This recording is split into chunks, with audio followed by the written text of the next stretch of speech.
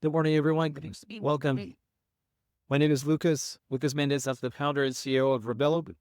Rebello connects companies to a network of software engineers in America for full-time work and LLM human data generation. That's the topic for today. LLMs are playing a larger role in the workday of software engineers. It's happening faster than many of us realize. And this panel is going to explore that trend, focusing both on how human devs are being impacted by LLMs, but also about focusing on how LLM code is actually being driven by human data generated by human devs during training and post-training phases of web development.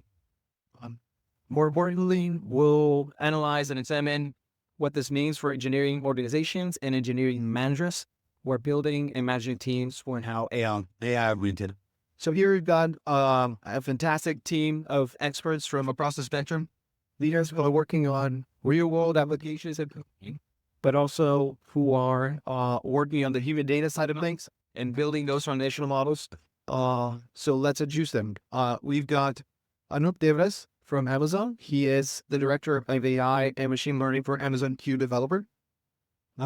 We've got Vinay Perneti from Augment, engineering director. We've got Paulo Zacchello.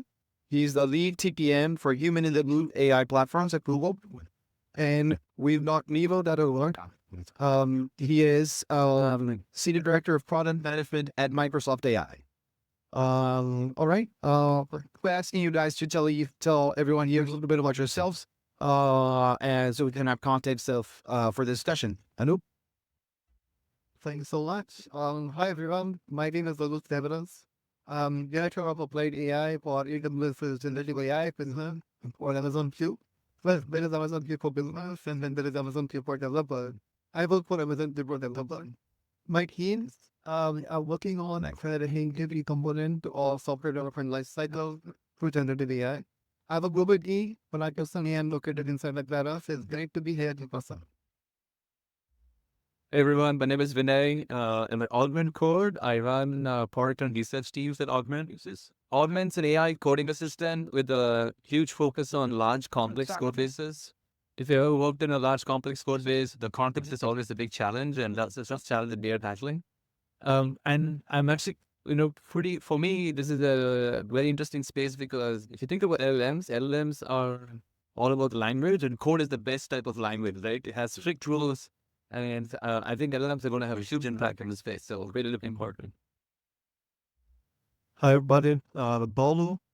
I work the Google the AI data platform, which is pretty much like we're doing the platform that enables to collect human data to train the models, also like synthetic data um, and the human loop.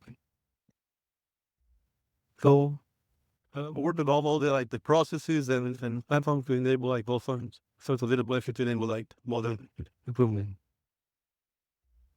All right. Good morning. Really excited to be here. My name is Nilo. I am senior director of product management at Microsoft AI, and I lead the team that is the human in the loop data platform that powers all scenarios like AI data availability, crowd testing, content moderation, and more. And we're really excited to be here and looking forward to the discussion. All right, thanks guys. Let's dive right in. I want you to tell us a little bit about your take and your view on the improvement in AI code generation over the past 12 months. And what have you seen that, was most striking in terms of productivity gains, for example? Yeah. What we have seen is that the AI assistants are doing so much more beyond just code generation. So some things like writing unit test or doing documentation or doing transformations from one version to another. They're solving complex engineering tasks. So I think deep AI itself had evolved significantly over the past several years. In our own experience, speaking on behalf of AWS and Amazon, we have seen a few examples where AI is doing platform training or needed capabilities. For example, um, we have seen that they are accelerating or speeding up a variety of software development tasks by 80%. But if you complete posts, when you build AI agents for doing transformation, called being transforming applications from one version to another. We saw a deployment of the autonomous agent these two setting of 4,500 development manual employees. And this is an anecdote related to 20,000 applications that we were able to autonomously migrate from one version of Java to another. That's one example. The other, the board, some of the electors from our customers who we work with, Padmat, who is our customer working with Amazon to developer, for their data science applications and use cases, they saw the productivity of data science and engineering organization use 100%, and that's an outstanding number. Similarly, National Bank of Australia, they saw the acceptance rate from the assistants go all the way up to 50%. And when they turn on customization, and increase even further to 60%. So these are the productivity ease that we have seen not just within Amazon, but also for our customers. And it's very exciting. It's very interesting. Vinay, I want to hand it over to you now to talk a little bit about what are you seeing in terms of changes to the day-to-day work of engineers when it comes to adoption of assistants, now agents, and generally more code generation? So I think, three things come to mind. One of them is reducing stress. I give an example of how that's transpiring. Improve productivity and more time to think at the product level, right? On the stress component, one of the things engineers often deal with is interrupts, and a painful interrupt is on call. When you're on call, woken up in the middle of the night, you get up, go to your Slack channel, and then it's kind of jarring to see this alert that you didn't write, and you don't know what to do. You're wondering if you should take somebody else up, and that's incredibly stressful, right? With AI coding assistants, especially an assistant that understands your code base, that understands your documentation, that understands your previous conversations, is able to, it doesn't need to get the perfect answer. I think what we are seeing is if it can invite you with, here's an alert that you got. I looked at your Git log. I noticed that in the last 24 hours, these are the three changes that might be interesting for you to look at. And here's how you might get started. That's a huge difference, right? Like you go from the anxiety to, I have something to do. I got started. Now I have more confidence in waking somebody up and saying, yeah, I noticed that you made this change and this is causing a problem. Can you get on the call and fix it? I think that's real impact. That's happening right now, right? And there's many more of these that I think help with developers simulating, like they have more time on their hands, and it means they get to look at the product level thinking, right? Like you have more space where some of the agents can do the simple, repetitive, mundane tasks, and you get to think a lot more at the product level. So the huge gains on both in the productivity level, but also less stress. I think that's pretty exciting. And before we move over to Paulo and Nilo, I wanted to get your thoughts on what do you think that means in terms of skills for developers? What skills you guys think are more valuable for developers in this new world? I can start. I'll pass it on to Anoop. I think you hear a lot of stories about how AI is amazing, but the reality is it's not perfect for everything, right? It's not perfect for all tasks. And that means I think when I think about developers, you have to create the time and space in your already super busy schedule to try out these tools. If you don't try out these tools, you're not going to know where they're going to fail and where they're going to succeed. And what we typically see in our user base is the diversity of use cases that people find value in AI is huge, right? Some people use us to write design documents because they find that AI understands the whole word knowledge, and then it uses your code base context and say, marry the two, right? That's fantastic. We could not have predicted that as a use case for our users, right? So when I think about developers on a day-to-day, to carve out time to try out these tools, recognize that they're not going to be fully amazing in all tasks. So there's some that might work great, some that may not, right? Pick the ones that work for you and then keep using that in your workflow. That will be my advice on that. Yeah, I agree that pretty much everything that Vinay said. Do you and a few more points on top of what Vinay mentioned? I think what is going to happen in the very near future is that we want our developers to become leaders. What I mean by that is these AI systems are going to be companions for your software developer. Level third, developers navigate from complex code bases. Let them get on-ramp or do new ecosystems, for example. So being able to come up with goals and specification for that your agents is behaving as per your expectation and being able to provide that work is the skill set that you are going to need much more of in the near future. With AI was becoming more and more common, being able to carry out significantly more under pressure than the industry. For your developer needs to be in the driver's seat, in the direct seat, if you will, so that they are able to tell what the agents need to be and define the goals for them to execute on. I think that's a great take. I think what I've heard from other engineering leaders is that there's this question of finding your fit, right? Finding the right tool for you, finding the right role for that tool to play for you, but also the right use case. I think many who are using code assistants for documentation, testing coverage, debugging, so on and so forth. But is what you're saying. It's not right for not every use case is right for everyone. All right. I wanted to shift gears here a little bit, hand it over to Nilo. Nilo, can you tell us a little bit about how human feedback is shaping AI code generation and LLMs in general? Sure. I think, I think it's important to understand a core concept here, right? So one of the key things when we had this massive amount of data that are feeding this model, upward billions of lines of GitHub code repository that were used to train this ones. So the question becomes, okay, where is humans adding unique values in? There is a difference between these models becoming intelligent and actually useful in real world implications, real world applications. And I think human labels are actually making that difference. So there's this concept called reinforcement learning with human feedback, which in its simplest form is about asking human raters to evaluate two responses from these models and asking them to think which one is better. Right. And then over time, you train this reward model, which helps the models get better and better to tune itself to understand the human preferences. Now, human preferences could be around different things, where, following coding best practices, like writing better secure code, writing better performance code. So you can integrate pretty much all those values into these human labeling systems. So I think this is the difference between making these things becoming intelligent and actually becoming useful for real applications. The other part I would say is also ground truth collection. I mean, humans are still in charge of what makes sense. I mean, we are building this code for real humans. And so it's very important for us to understand that, what does ground truth look like? So you don't let these models completely run off the rails.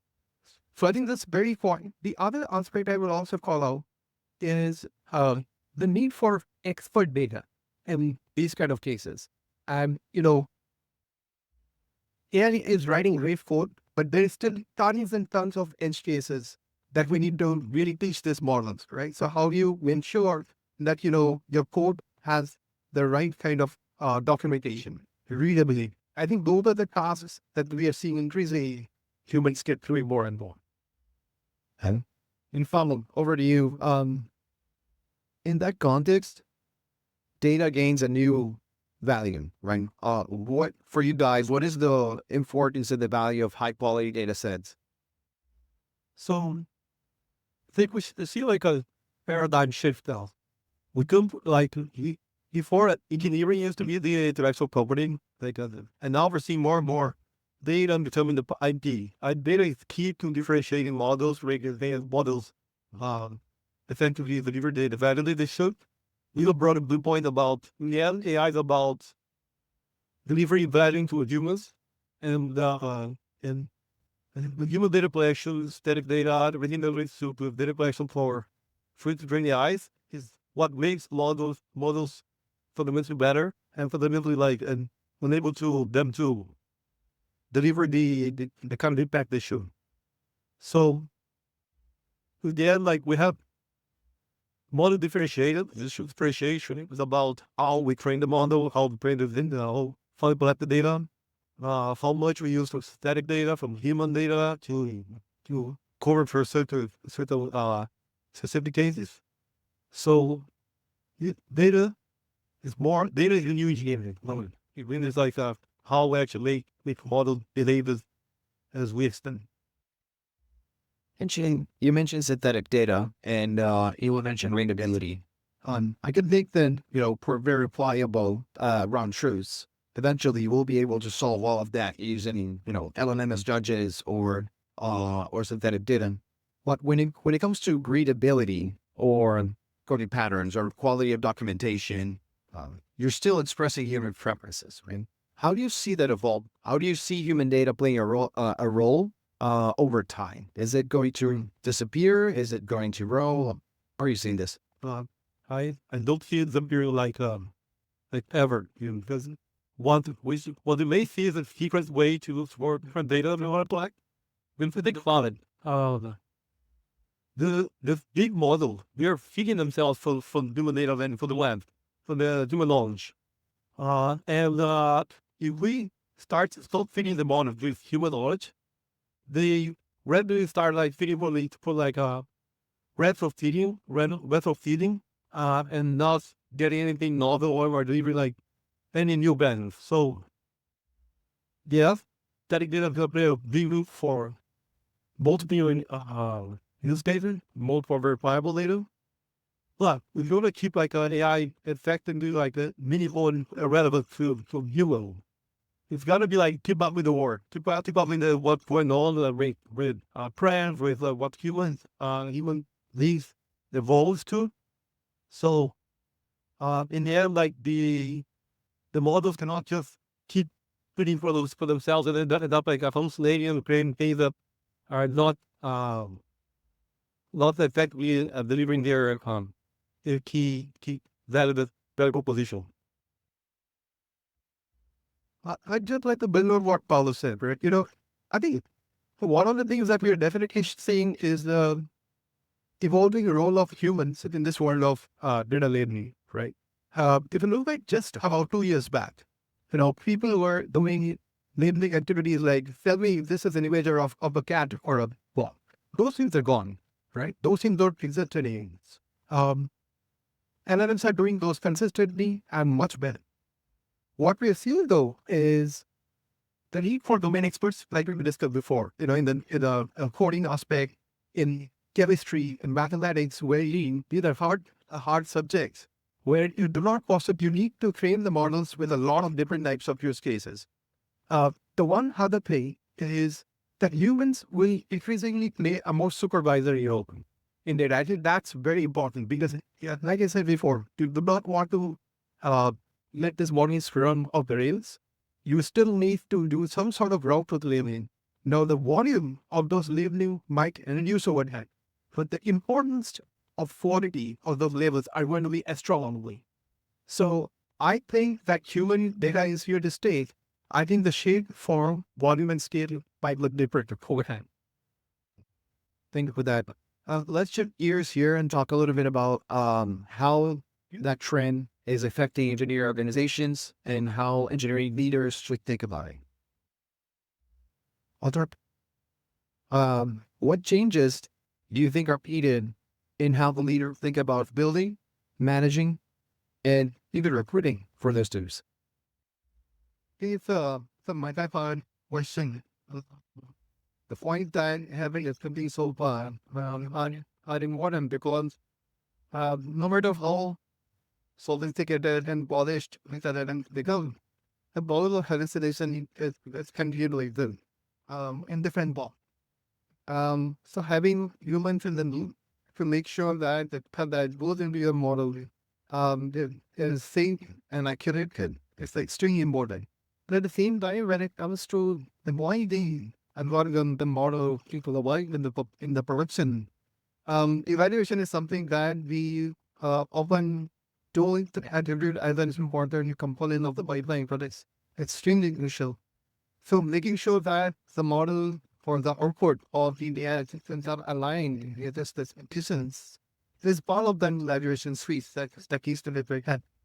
So I think the industry at large needs to think about building robust benchmarks, for example.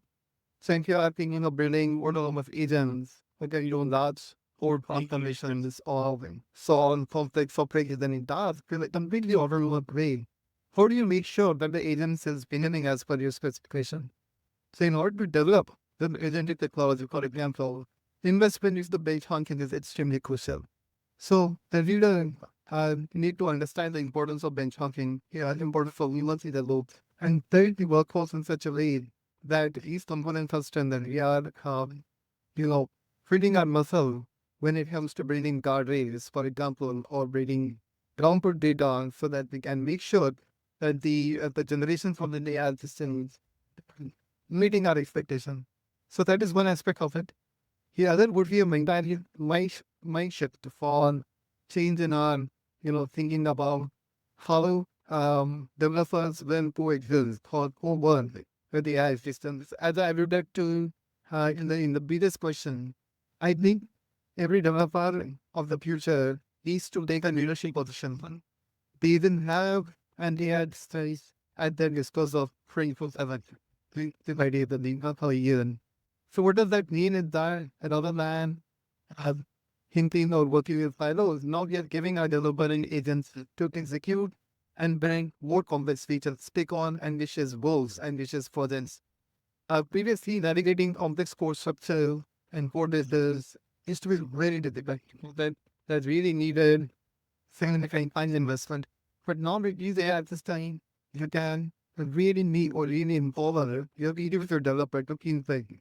So I think this is the mind shift that needs to happen. So rather than worrying about, the dystopian concept that keeps on playing out, I wouldn't even think about all of that. I think it's been fighting times for all of us. We can pay so much more. Like if you're going to share a mug can be solved by AI agents and your AI systems, we can get our AI developers to think base. There are more complex features and that create the value for the business. So I think the leaders have to think about the change in the paradigm and also the added responsibilities to our developers in terms of how they need to be in the driver's seat more and more. That's great. I'd love to hear your take as well, Vinay. How do you think that this trend is impacting how engineering leaders think about structuring their teams? Just to add to Anoop, I generally like to think of it as near term, short term, and long term. I think in the near term, engineering leaders should really create space and encourage their engineers to try out all the AI trees available out there, right? I think pretty soon we're going to realize that someone that's embracing AI, their productivity is going to be very different from someone that's not at all embracing or like shying away from AI. And all is to say, it's not that, again, I mentioned that AI is not perfect, but knowing where is it working well and where it's not working well, that requires experimentation. So I think in the near term, the more you can encourage your teams and give them air cover and space to go try this out, I think that's incredibly valuable. In the long run, I tend to think of it as, I think everyone's going to be able to do a lot more than what they're able to do today. Like product folks should be able to prototype things fairly quickly with the help of AI. Engineers should be able to think much more at the higher product level. And that means you might want to organize engineering with a multidisciplinary team as opposed to maybe in the past. There was a backend team, there was a front-end team, and there's a product team, and they meet maybe once a month. I think you would probably want to have like one team there. You have a product person and a UX person and a front end and a back end person, and they're able to like rapidly iterate and put stuff out. So this is sort of how I tend to think about what's in the near term and the long term, and a lot of it I think we'll have to learn along the go. Yeah, and I love the topic of those blurring boundaries between product and engineering or also marketing or whatever business areas are done. Definitely. We were talking a little bit about ROI before. I'd love to hear, love for you to share your take as well. How do you think engineering leaders should be thinking about measuring ROI if there is an answer to that? Yeah, Lucas and I were chatting about, we talk about AI tools not being perfect at everything. So that if you're an engineering leader, I have 7 tools my team wants to try out. Are you really telling me that I should go buy all the 7 tools? And I think the answer is yes, maybe for the first 30 days, like don't have your team actually try them out. But the way you know whether a tool is actually adding value or not, I think the best process is adoption, right?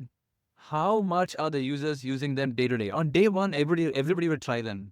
But what about on day 25 and day 30? Is there repeated use? Are people repeatedly using that? That I think is a huge proxy for whether something is valuable. And the second thing is employee, like just developer satisfaction, right? Like just do a very low key, how satisfied are you, right? Like a traditional NPS score, how likely are you to recommend this thing? At least at Augment, what we found is with these two metrics, is a huge signal for how much value that people are finding. And it makes it a no-brainer to say, yeah, of course, we should go with this tool. So being open to trying out more things and thinking about adoption and satisfaction as a way to figure out whether something is valuable or not, I think is a decent proxy. Anoop, anything to add to that? I think I really liked the point on trying things out and getting your developer feedback early on. I think quantifying productivity can be very hard at times, but there are simple metrics. For example, the stickiness factor. You can develop them back to that team and among the different tools. What is the overall popularity? Things like that. I mean, there are these aggregate statistics, aggregate metrics, for example, that you can look into. For right now, there is just so much excitement and there's so much going on that one may be overwhelmed. And I think the best strategy right now would be to let our developers try things out and then work backwards from their feedback, aggregated feedback, and then build a strategy around that. And before we go to our last round of questions, I'd love to hear your take.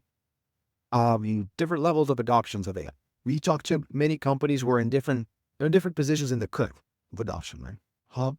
What do you say to engineering leaders who have to manage that within their teams? Maybe some people within their teams are not ready to adopt tools as much as others. Have you have to deal with it? Maybe I can take the first step and then I'll pass along the mic. I think there are still a lot of low-hanging fruit that your AI systems can do for you. So, for example, when I talk to developers on Amazon, they don't like to write unit then as an example. So, if you Who does? So you can get your AI to say, just do the unit test writing and increase the coverage. And that's an undifferentiated thing. So I think our readers need to think about these things that free up the bandwidth of a developer. That there are a lot of other examples like this, like documentation, for example.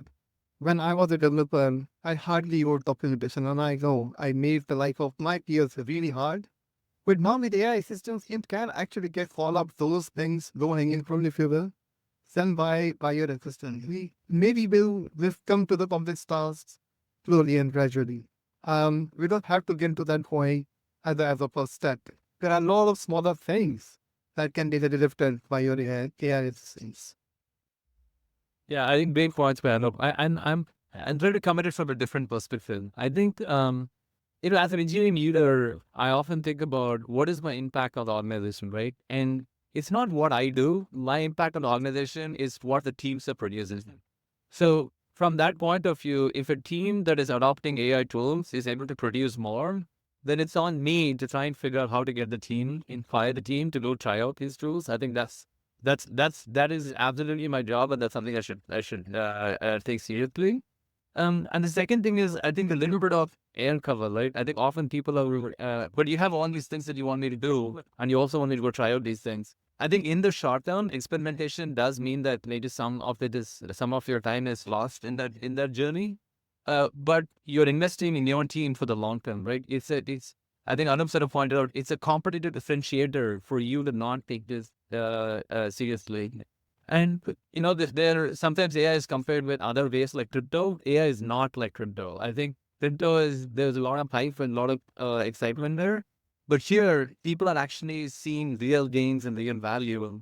And if you're a leader, I'd encourage you to go try it out. Right? It's not that hard to go find an AI tool these days. It just takes you 5 minutes to try it. Thank you. So we're going to move to the last two questions to the panel. In 10 minutes, we're going to start Q&A. So think about your questions and feel free to raise your hand as soon as we're done. Happy to make this a conversation. So I'll start with me. We'll come this way. I think the question for everyone that I want to ask is a little bit about how AI is changing how teams are managed and how teams are structured. But how about the engineering leaders themselves? What are the skills that engineering leaders themselves should be developing in order to stay effective in this new world? Well, look, I think the lines between disciplines are going to get blurred over time, right? Um, I've probably mentioned this before, that engineers are going to become more and more capable of taking more leadership roles. Product folks are going to be becoming more hands-on in terms of doing better prototyping and stuff. One of the things which I have seen not work well so far is people throw AI at their own problems, right? And I think it's extremely important for pretty much all the leaders, regardless of your discipline, to very well understand the capabilities and deficiencies of what these tools can do and cannot do for you, and also sort of develop this judgment on what are the right business problems where you can really make an impact. I think wherever that happy marriage happens, I think the most impactful from all of them. So, same question. So, in the end, AI is about augmenting human capacity, right? So, like, AI is just a set of new tools and methods so we can actually do more with less. And every single new productivity way comes with like friction, with resistance, and people like reluctant to actually make it to adopt it. Uh, there are good points, and you don't throw on AI everything, but if your system don't use AI, they don't use AI, yes. Right? Just think we're changing it, however, from like the traditional front end, back end with structured data. I think we're gonna move more towards we're moving more towards from transaction UX to actually more like conversational, and that changes a lot how to deal with how systems should be designed. So I think the first thing is engineering leaders should be like should embrace that. Should actually give welcoming that kind of upgrade to like their productivity, and there are new ways to solve their problems. So first, it'd be like think about how you're gonna build with your team. So step a little bit from the traditional. I'm gonna have my full-time team. I'm gonna have my back-end team. Now I'm gonna have more like this holistic team. Also, it's a really good point on Nilo that there is a blur now between engineering, a researcher, data scientists. So also engineering leaders have also to be like aware to and being able to find and develop talents that have this mixed like capabilities of like engineering and data science. How about you, Vinay? Same question. What skills do you think engineering leaders should be trying to develop in order to stay effective? Yeah, I think if if you look at the role of an engineering leader is to create the environment where the team is producing their best work, right? I think I would say two key things are important: curiosity and change leadership. Curiosity comes from, as an engineer leader, I'm sure there's many things on your plate, but you have to get curious to get your hands dirty, right? Like if you're asking your teams to try something, you have to start first. And to really get a feel for like what is it and where's the fact, where's the fiction. And different teams are at different scales of adoption. Some teams may be shying away from AI. Some teams maybe they've adopted AI, but you can raise the bar on what it means to effectively incorporate it into your workflows. So depending on where your teams are, I think how can you get them to go farther and be more productive and more effective with these tools? I think would be critical in making sure that your team and your company has an edge, right, when it comes to competing in the world. I pretty much agree with everything that Panel the answer for this question. I think I, as the leader, what I personally do for my teams is identify the gaps. Like, what are the areas where the teams struggle, for example? And I think of the AI companion that you build as something as a component that fits that helping the team have fun, make progress, create value. So I think as a leader, it's important for you to look at what is it that the team is good at, and what is it that the team can benefit from. And then there are variety of use cases where an AI systems for the changes. And so you can choose. For example, talk about any of them. And that's the main point for variety of teams. That is something that the leader should be able to incorporate in their daily workflow. Um, there are campaigns that large organizations need to run. For example, Amazon, as I was mentioning earlier, we wanted to migrate, 20,000 applications from original version of Java to the new one. And this is our developers don't want to do that. So these are the things that you need to identify for your organizations, your teams, and see what are the complementary set of skill set that your AI companion can bring in to make your team significantly more productive. All right. So last question. And so you are privileged to be at the forefront of this trend. You guys are seeing what's being developed. You probably have access to stuff that the public's not going to see for a while. So without giving us any spoilers, can you tell us a little bit what engineering leaders should be looking forward to? How they should be preparing themselves and their teams to stay ahead of this trend and make the most out of what's ahead of us? I think the first hand, I value creating the benchmark, and this will not be by your organizations per se, per industry at large. The trend that I'm seeing is that the models are becoming more and more capable when it comes to reasoning. The implication of that would be that you will have autonomous agent with very, what they need for very few little human intervention. And so if you're deploying these autonomous agents to solve complex tasks, for example, to feature building, how do you supervision that? Like, so you need a way to make sure that your agent is navigating through this complex trajectory, and anything as well is predefined specifications. So investing into guardrail, investing into benchmark, is of paramount importance. Because when you look at public data sets, public benchmarks, they are only so much representative of your enterprise use case. Every enterprise has their niche use case, very custom use case. So the right investment needs to happen at every organization level. So invest into benchmarking, invest into guardrail, invest into metrics and evaluation. Really well said. I'll maybe a different perspective to add to what Anoop said. I think the thing that I'm super excited about, there's a ton of advancement that's happening on the reasoning side. The foundational models are getting really good at. There's a lot of innovation happening on the context side. How do you take an incredibly large, complex code base and your Notion and Google Docs and your Slack conversations, and then make that available to the model in the context window to make sense of it, right? This year, I think we're going to start seeing agents that would positively delight us because they're able to marry the context and the reasoning and sort of the execution capabilities of some of these too. That's something I'm super excited about, and seeing how developers sort of take it, what imagination that they would have, and load from there. And that's something I would super look into. I think often we have a pessimistic view of like how AI is gonna impact engineering. And I have the opposite perspective. I think that what I'm looking forward to is to see like AI can reduce the boring work. So everything like this, like your old call, your like bug fixing, like your double development, unit 10. I see that those are going to be like good use case for AI to help and reduce the noise and the boredom of work.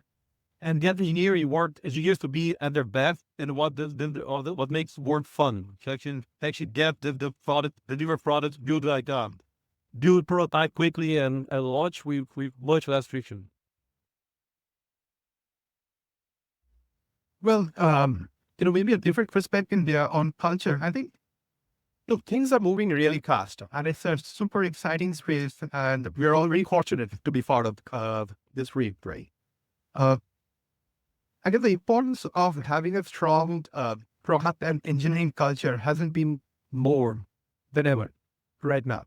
And what I mean by that is, as leaders, we got to do a couple of things. One is really build the culture which fosters growth mindset, which means teams who can adopt it and really stay curious and embrace these changes fast enough, they will try.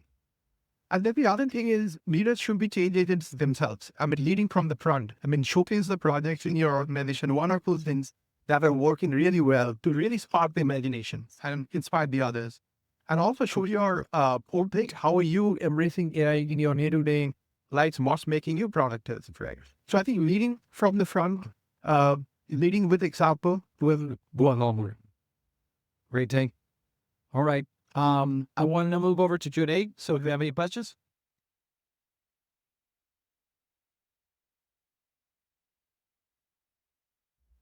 So it was quote quote autonomous agents, right? So all along it's been like AI systems and all that. And I feel like, we are in the phase where it's all full pilots and AI assistants helps up the productivity, both gain them after the stress levels decrease. It was a great point. But when do we get to the actual point where we will see like autonomous agents like taking over, like where you can like just say and like know that it'll complete the task with like 100% confidence, on be even like close to even getting to that point? Or are there any tools that you have experimented with that you feel like it's getting there? I think it really depends because you can do pretty much like when we talk about feature development, it can be anything and everything. But if you constrain the task, for example, say I want to go from .NET, Windows to .NET, then like the use case that we have talked about, I can reuse them. Or go from Java 8 to something like that. It's a very constrained domain. In that constrained space, you can expect that your LLM can be able to navigate, go from X to Y, go from soul to target. But if you were to open that problem up and say, I should be able to make any feature, I think that's probably an ambitious goal for now. But things are changing dramatically. With union models coming into the picture, I think we will be in a position very soon where everybody is able to direct the AI agent to solve a problem. I think when you say autonomous, you might be like he's, but you're saying that the developer in the driver's seat and the developer is hiring the agent to do something and providing the specification. Rather than saying, or into autonomous, picking up from the cars, falls that comes back, yeah, that's a very North Star dream. But I think to get to that, and your developer needs to be the driver's seat to direct the execution and the flow of all girls of how my agent is able to navigate through the public ecosystem of the organization or the corporation. That's plenty.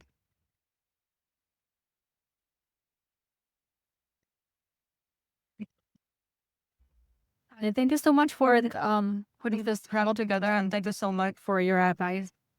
My question has to deal with like how do you direct your organization for the expectation and the outcomes of what's gonna be put in place a year from now or 2 years from now when your MVP might be 40% and can only get up to 85%, and maybe that's not enough engagement in the function that is needed in your organization. So how do you handle the organization for that kind of technical that involved, and also like benefits and match your expectations? One example of this, for example, would be setting up the RAG pipeline. Everything might be a hyper optimized. ML ops might be fine tuned for like all these different counting techniques, and everything's working really well. You have these smaller models that do one-for-one checks on whether or not the RAG is working, and then a new model comes out and it requires a different embeddings model. So then you have to replace everything. You had 6 months worth of work dedicated to this one model, but then something else overtakes that. So how do you handle the organization with these kind of like failures or mismatch of expectation? I can start. It's a great question, and we run into that all the time. As someone, like, we try to take advantage of one of the best models out there. I think if the question is, what I'm hearing is a build versus buy question also. Like, and if you're in a business where having this expertise inside the business is important for your for innovation and top line of the business, then I think you just have to build up the skill sets so that you can build the architecture that generic enough that it can adapt to some of these things. Another thing to consider is, okay, I'm building all these rack pipelines, do I really need to be doing this? Or should I partner or buy another tool that can think all the complexity of working with all the new models as the space is rapidly evolving? And then I can focus on the business problem that I care about and do what's needed. And Augment, we've invested, we had to learn that the hard way to invest what it means to build this pipeline so that when a new model comes in, we can actually relay the whole pipeline fairly straight in an easy way with the new model. And that took a lot of engineering effort, right? Because for us, it's part of the, like, if we don't do that, then we don't have the competitive advantage. If that wasn't part of it, I would have preferred to go say, hey, is there another company that's leading in the rack pipeline space? Can we partner with them? Can we just work with them? That's how I see it. I don't know if I answered your question or. The last question we have over there.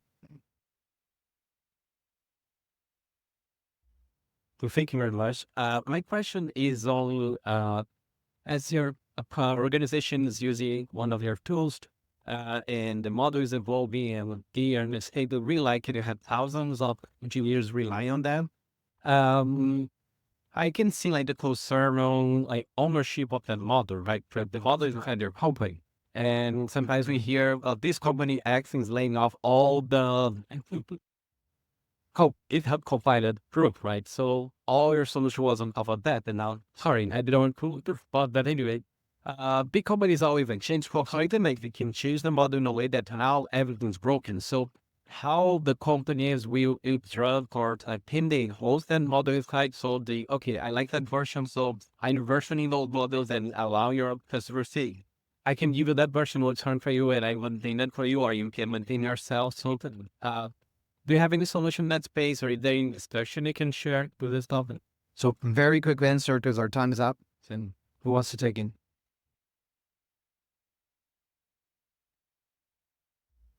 Look, I don't know if I got your question right, but I think it hints a little bit around different models coming and going, change management, and those sort of things. Is that right?